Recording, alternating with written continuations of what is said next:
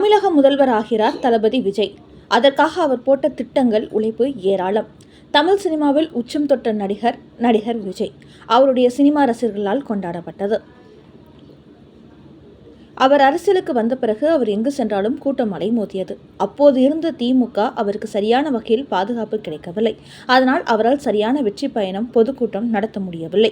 கரூரில் 41 பேர் இறந்தபோது கூட நேரில் சென்று அவரால் ஆறுதல் சொல்ல முடியாத அளவுக்கு திமுகவின் பாதுகாப்பு மிக குறைபாடாக இருந்தது. இப்போது முதல்வராகும் விஜய் நிச்சயம் மக்களை சந்திப்பார். மக்கள் மீது அபிமானம் கொண்டு நல்ல திட்டங்களை செய்ய போகிறார். அவர் முதல்வரானதும் போடப்போகும் முதல் கையெழுத்து, பெண்கள் அனைவருக்கும் பஸ்ஸில் இலவச பயணம், வெற்றி பயணம் என்று அதற்கு கையெழுத்திடுவார். அடுத்து ஒவ்வொரு குடும்பத்துக்கும் 200 வாட்ஸ் மின்சாரம் இலவசமாக வழங்கப்படும் என்ற திட்டத்திற்கு முன்னுரிமை தரப்படும் என்று செய்திகள் வந்து கொண்டிருக்கிறது.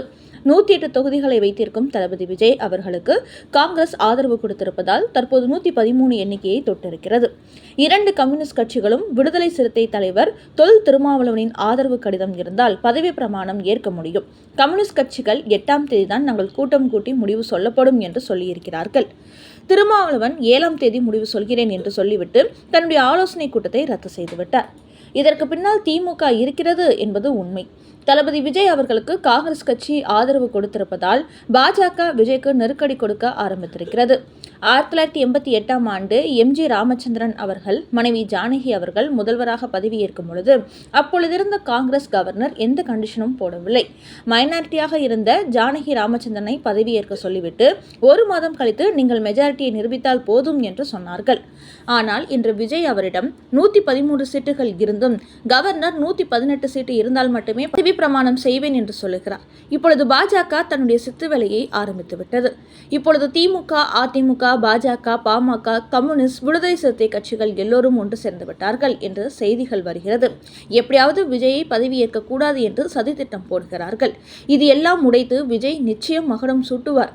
எதிரிகள் முகத்தில் கரியை பூசுவார். 5 வருடம் நல்லாட்சி கொடுப்பார். அண்ணா திமுகவிலிருந்து வெற்றி பெற்ற எம்எல்ஏக்கள் 15 பேர், சி.வி. சண்முகம், எஸ்.பி. வேலுமணி, மாச்சின் மற்றும் பெருந்துறை தொகுதியை சேர்ந்தவர் என இப்பொழுதே 10க்கும் மேற்பட்டவர்கள் விஜய்க்கு ஆதரவு தர தயாராக இருக்கிறார்கள்.